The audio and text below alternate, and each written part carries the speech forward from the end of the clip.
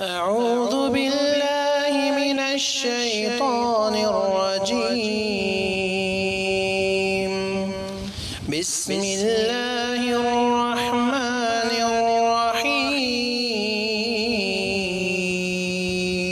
إن الحمد لله نحمده ونستعينه ونستغفره ونعوذ بالله من شرور أنفسنا ومن سيئات أعمالنا من يهده الله فلا مضل له ومن يضلل فلا هادي له وأشهد أن لا إله إلا الله وحده لا شريك له وأشهد أن محمدا عبده ورسوله أما بعد فإن خير الحديث كتاب الله وخير الهدي هدي محمد صلى الله عليه وسلم وشر الأمور محدثاتها وكل محدثة بدعة وكل بدعة ضلالة وكل ضلالة في النار.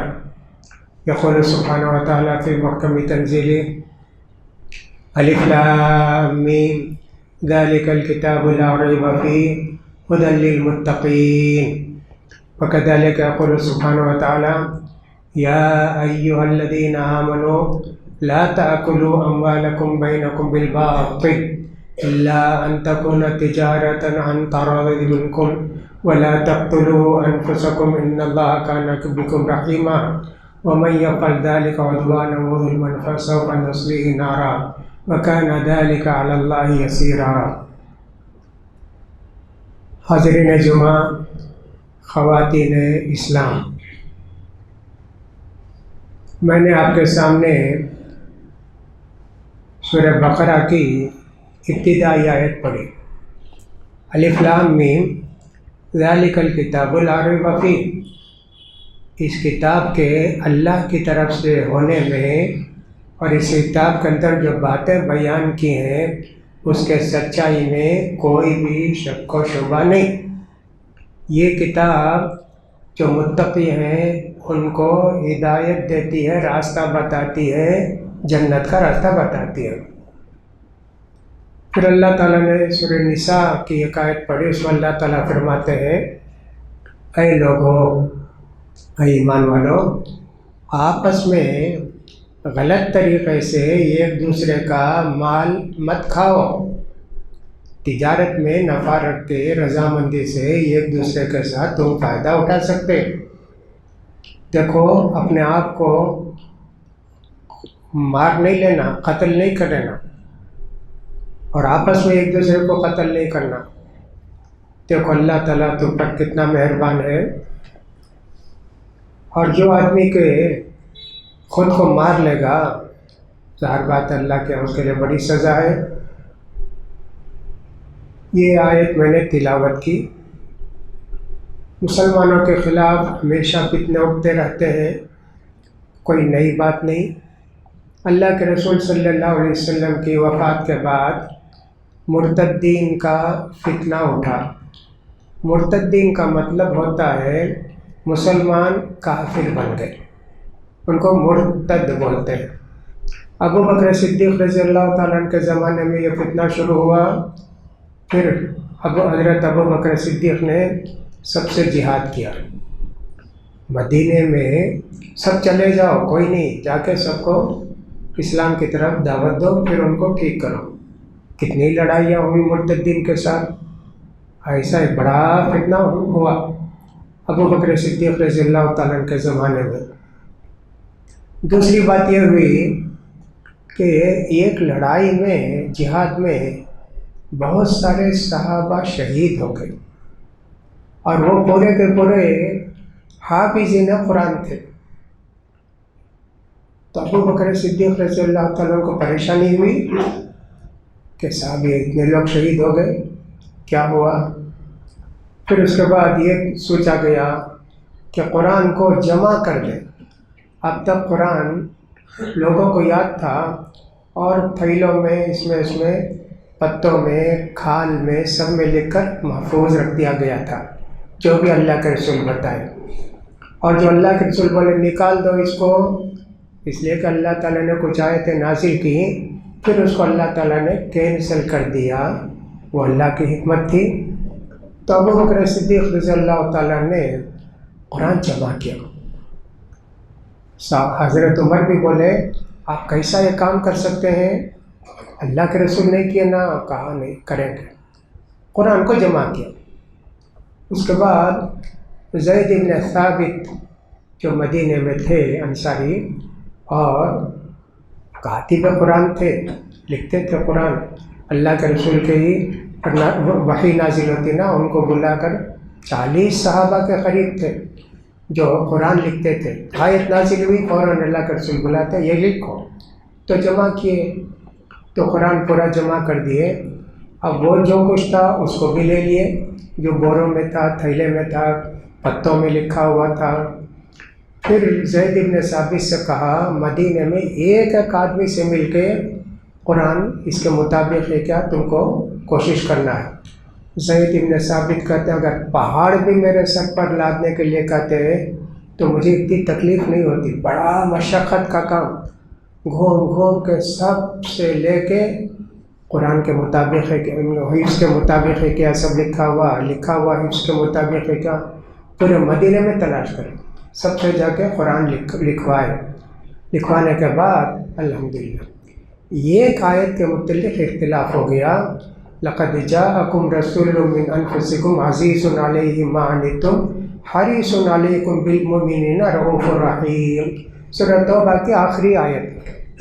یہ کسی کے پاس نہیں تھی، لکھی ہوئی ہے، صرف ایک صحابی کو یاد ہے یہ، اور کسی کو یاد نہیں، اور ان کے لیے اللہ کے رسول نے فرمایا تھا ان کی گواہی 2 آدمیوں کے برابر، صرف ان کے پاس وہ آیت تھی، تو ٹیلی کرے لکھا ہوا ہے، تو اس کو بھی لے کر لکھ دیا سورۃ توبہ کے آخر میں۔ یہ قرآن محفوظ ہو گیا۔ تو ابوبکر صدیق رضی اللہ تعالیٰ نے پہلے قرآن لکھا، ایک ہی نسخہ تھا کہ بھی اختلاف نہیں کرنا، کچھ بھی نہیں، اسی کو رکھ کے سب فالو کرتے تھے۔ پھر اس کے بعد حضرت عمر کا دور آیا، حضرت عمر نے اس قرآن کو اپنے پاس محفوظ رکھا، اور آپ کا جب انتقال ہوا تو اپنی بیٹی کو دیا، حفصہ رضی اللہ عنہ کو، اس قرآن کی حفاظت کرو، کچھ بھی ہو تو اس میں سے دیکھ لینا۔ حضرت عثمان غنی رضی اللہ تعالیٰ عنہ کا زمانہ آیا، اسلامی حکومت بہت پھیل گئی، اب لوگ کیا کیا قرآن پڑھتے، قرآن کیا کیا پڑھتے کا مطلب یہ ہے کوئی ایسا کوئی ویسا پڑھتا، جیسے تھوڑی دیر کے لیے کہے الحمدللہ رب العالمین الرحمن الرحیم مالک یوم الدین، کوئی ملک یوم الدین پڑھتا، کوئی مالک یوم الدین پڑھتا، کوئی ملک یوم الدین پڑھتا، یہ جائز ہے، اب بھی جائز ہے۔ اس زمانے دوسرے طریقے سے پڑھتے تھے، جیسا حبشہ کے لوگ آج بھی پڑھتے ہیں۔ اسی لیے ہم کیا کہتے ہیں، ہم جو انڈیا وغیرہ میں قرآن پڑھتے ہیں، حفص ایک راوی تھے، ان کے قرات یہ 7 قراء تھے مدینے میں، سعید ابن مصعب فلاں فلاں، ان کا طریقہ پڑھنے کا الگ الگ تھا، جیسے والضحیٰ واللیل اذا سجا، اب پڑھنے کا طریقہ کہتا ہے والضحیٰ واللیل اذا سجے ما ودعک ربک وما قلی، ایسے پڑھتے ہیں۔ ہمارے اس کو امالہ بولتے ہیں، ذرا کر قرآن میں صرف ایک جگہ امالہ ہمارے قرات میں، بسم اللہ مجریہا، مجریہا رہنا تو مجراہا رہنا، مجریہا ہے ایک ہی جگہ، لیکن افریقہ کے لوگ سب ایسے ہی پڑھتے، ایسا پڑھتے ہیں، لیکن کیا بھی غلط نہیں ہے، 7 قرات میں اب بھی پڑھ سکتے ہیں، کوئی حرج کی بات نہیں۔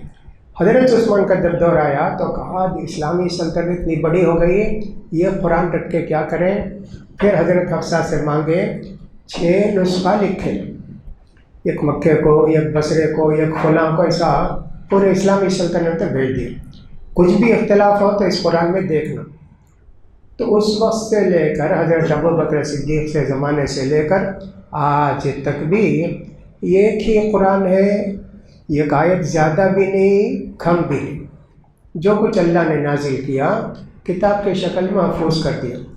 1400 سال سے سمجھیے وہی قرآن پڑھتے ہیں، اسی پر عمل کرتے ہیں، کبھی کسی نے دوسرا قرآن نہیں چھاپا، سب سورہ ناس پہلے رندے، سورہ بقرہ آخر، نہیں، ویسی ترتیب بھی، آیت بھی سب ویسے ہی، اور علماء نے متفقہ فتویٰ دیا ایک آیت قرآن کی اگر کوئی انکار کرے یہ قرآن غلط ہے، انہیں یہ قرآن نہیں مانتا، کافر ہے، اگر وہ کہتا ہے کہ یہ ایک آیت تھی، اتنے 6300 سے زیادہ آیتوں میں سے کوئی کہے کہ یہ آیت میں نہیں مانتا، انہیں کافر ہے، واجب القتل ہے، اس کو قتل کرنا چاہیے۔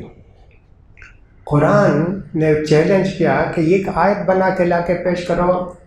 لبنان کے عیسائیوں نے، کرسچنوں نے، ان کی زبان عربی، ہمارے سے اچھی عربی بولنے والے سمجھو نا، بہت فصیح زبان بولنے والے، یہاں تک کہ بہت بڑی کتاب ہے منجد بول کر عربی کی، اس کا جو لکھنے والا بھی ایک بڑا پوپ، لغت کی کتاب ہو، قرآن کی لغت پوری دنیا میں کیا سب اس میں دیکھ سکتے ہیں۔ بہرحال ویسے لوگ بھی مقابلہ کیا بنا بنا کر قرآن، مسلمانوں نے ان سب کو جو ہے رد کیا، اتنے غلطی اس میں ہے، اتنے غلطی اس میں، اتنے غلطی اس میں ہے، تو ہمیشہ کوشش ہوتی رہی۔ دوسری کوشش ابھی سمجھو کہ 50-60 سال سے یا 70 سال سے کوشش یہ ہوئی، قرآن کے اندر یہ یہودیوں کے خلاف آیتیں ہیں نا، وہ سب نکال دینا تاکہ مسلمان یہودیوں سے دشمنی چھوڑ دیں۔ یہ کوشش کر کے ان لوگوں نے قرآن چھاپ کے دنیا میں پھیلایا، جو کتنے حافظ ہے ہمارے اللہ، یہ ایک آیت بھی کوئی تو فوراً پکڑتے نا، ویسے قرآن پکڑے گئے اور باقاعدہ وہاں لکھا گیا، پورے جو حج میں آتے ہیں، یہ قرآن غلط ہے، خریدنا نہیں، پڑھنا نہیں۔ یہاں تک کہ جو ہمارے صحیح قرآن لکھنے والے ہیں، چھاپنے والے ہیں، زیر زبر کی غلطی 2-4 جگہ ہو تو فوراً حکومت، سعودی حکومت اعلان کرتی ہے یہ قرآن کوئی پڑھنا نہیں، یہ قرآن کوئی خریدنا نہیں، اس کے اندر 4 جگہ زیر زبر کی غلطی ہے، پوری آیتیں سب کچھ ہیں۔ اتنا مسلمان قرآن کے متعلق تعلق رکھتے ہیں، ان کا یقین ہے، تو لہٰذا ایسا ہوا۔ اب پھر بھی وہی سب کوششیں شروع ہو رہی ہیں۔ ایک شیعی جس کو رافضی کہتے ہیں، ابھی اس نے کل بیان دیا کہ قرآن مجید میں 26 آیتیں نکالنا ہے۔ سپریم کورٹ میں اس نے باقاعدہ درخواست دی ہے کہ ان 26 آیتوں کو قرآن سے نکال دو۔ قرآن حق ہے، اللہ کا کلام ہے، ابو بکر صدیق لکھے، کیا کیا سب ہونا ملا دیے، یہ رحم، کرم، محبت، پیار کی تعلیم دیتا قرآن، یہ 26 آیتیں تو ٹیررسٹ بناتی ہیں۔ اب ہو کیا، اس سے پہلے بھی کتنی مرتبہ قرآن کے خلاف سپریم کورٹ گیا، ادھر گیا، مذہبی کتاب میں ہاتھ نہیں رکھ سکتے، مسلمانوں کی کتاب ہو یا کہ ہندوؤں کی کتاب ہو، نہیں رکھ سکتے۔ اب ایسا آدمی بھی ہے، یہ کون کرتا ہے؟ ایسا ایک رافضی کرتا ہے۔ یہ رافضی مسلمانوں کے اول دشمن، جن کو شیعہ کہتے ہیں، مدراس میں بھی ہے نا، وہ 1008 وغیرہ، اور وہاں دیکھیں گے کہ ان کی کتنی مسجدیں ہیں۔ یہ مسلمانوں کے انتہائی خطرناک دشمن۔ یہ جو ہے 3 بڑی حکومتوں کو ختم کیے۔ بغداد کی حکومت، اسلامی حکومت، وہ جو مغل جو آئے منگولیا سے، ان کو بتائی، ابن القمی اس کا نام تھا، اس نے بتایا بادشاہ کا مال ایسا ہے، آنے کا راستہ ایسا، فلاں کرو، یہ کرو، پورا راز اس نے بتایا۔ وہ حکومت ختم ہو گئی۔ پھر ٹیپو سلطان کی حکومت تھی، اس کو بھی شیعہ نے بتا دیا کہ ان کو مارنے کا ایک ہی طریقہ ہے، ایسے کرو ویسے کرو، ان کو بتایا۔ پھر اس کے بعد بنگال میں آصف الدولہ کی حکومت تھی، اس کو ختم کرنے کے لیے بھی ایک شیعہ نے یہی کام کیا، ادھر سے آ کے حملہ کرو گے، انگریزوں کو حکم دیا، آ کے حکم کی حکومت کی۔ ابن القمی، میر جعفر، میر صادق، تینوں کے تینوں یہ شیعہ تھے، اسلامی حکومت ختم کرنے کے لیے اتنی کوشش کی۔ 7ویں ہجری میں ایک شیعہ جو سلیمان تھا، اس نے 7.5 اہل سنت والجماعت کو ایران میں قتل کیا کہ ہمارے ایران کے اندر کوئی بھی سنی نہیں رہنا، یہ ان کا عقیدہ ہے، یہ حصہ مانتے ہیں۔ ہم تو قرآن پڑھتے بھی نہیں نا، نہیں پڑھیں گے تو ایسے ہی نہیں ہوگا، لا کے کوئی بھی ہمارے قرآن رکھ دے گا مسجد میں، اس کو پڑھتے رہیں گے۔ قرآن قیامت کے قریب اٹھایا جائے گا، کسی کے دل میں نہیں رہے گا، سینے میں، اور سب ختم ہو جائے گا۔ قرآن کا اہتمام کرو، ایسے فتنے اٹھیں گے۔ اب یہ کافر ہے کہ نہیں کافر ہے؟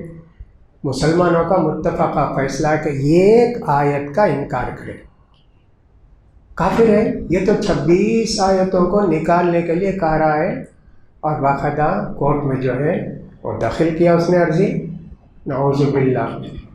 کیسے کیسے فتنے آتے ہیں، کیسی کیسی آزمائشیں مسلمانوں پر آتی ہیں. کیا کر سکتے ہو؟ اس کو کچھ بھی نہیں نہ کر سکتے. مقدمہ لڑنا پڑے گا. اگر کورٹ اس کو لیتا ہے تو پہلے دن ریجیکٹ کر دیا کہ سب مقدس کتابوں پر ہاتھ رکھنے کی اجازت نہیں ہے اور ہمارا یہی فیصلہ ہے، قصہ ختم. لیکن بار بار ایسے ہوتے رہتا ہے. اس سے پہلے بھی کئی مرتبہ ایسے مسائل اٹھے تو سپریم کورٹ نے انکار کر دیا کہ ان پر ہم ہاتھ نہیں لگا سکتے، ان کا فیصلہ ہم نہیں کر سکتے. اتنے ایسے لوگ ہیں. تو قرآن کے دشمن ہے یہ ایک نہیں 26 آیتوں کا. اچھا قرآن کے 26 آیتیں ختم کر دیے نعوذ باللہ، تو دنیا میں صرف انڈیا میں قرآن چھپتا کیا؟ باقی دنیا میں قرآن نہیں چھپتا. تو کہاں سے نکالیں گے 26 آیت کو؟ پوری دنیا میں انڈیا کی حکومت ہے کیا کہ بول دینے کے واسطے بھائی پوری 26 آیتیں نکال دو؟ کیسی نادانی ہے. تمہاری کتاب میں اگر کچھ ہو وید میں فلاں میں جیسے منوسمرتی ہے، کتنے خلاف باتیں اس میں کہ صاحب وہ غلام ہے، مثلا دلت کے متعلق ہے نا. اگر دلت جن کو شودر کہتے تھے اور اس کے بعد جو ان کو دلت بھی کہنے لگے، وہ اگر وید سنے کان اس کا کاٹ کے سیسا ڈال دینا، پھر سننا ہی نہیں انہیں. کائی کو سنیا اتنی مقدس کتاب؟ ذات ایک. اللہ تعالیٰ نے آدم علیہ السلام حوا علیہ السلام سے ساری دنیا کو پیدا کیا. اگر کسی کی نگاہ پڑ جائے وید کے اوپر، دونوں آنکھ اس کی پھوڑ دینا. اور اگر کوئی زبان سے بول دیا وید تو اس کی زبان کاٹ دینا. یہ ان کی کتاب میں لکھا ہوا ہے. تو اس کو کیا کریں گے؟ کیا سپریم کورٹ اس کو بھی بین کرے گی کیا کہ منوسمرتی چھاپنا بھی نہیں، پڑھنا بھی نہیں، فلاں بھی نہیں کرنا اور دلتوں کے خلاف جتنا سب نکال دینا؟ ایسا ہے کیا؟ کیسی آزمائشوں سے مسلمان گزرتے ہیں. بہت بڑا مسئلہ ہے. پوری جگہ اس وقت انڈیا کے اندر یہی سب چرچا ہو رہا ہے کہ صاحب یہ کیا کرنا ہے. اس کو اسلامی حکومت ہوتی تو وہ اس کو فیصلہ کرتی اور 1 منٹ بھی نہیں رہتا. لیکن بلا کورٹ میں جا رہا ہے، گیا ہے. سوچ کر دیکھیے، ہم ایمان اگر ہمارا مضبوط نہیں رہے گا، یہی سب فتنے اٹھتے رہیں گے.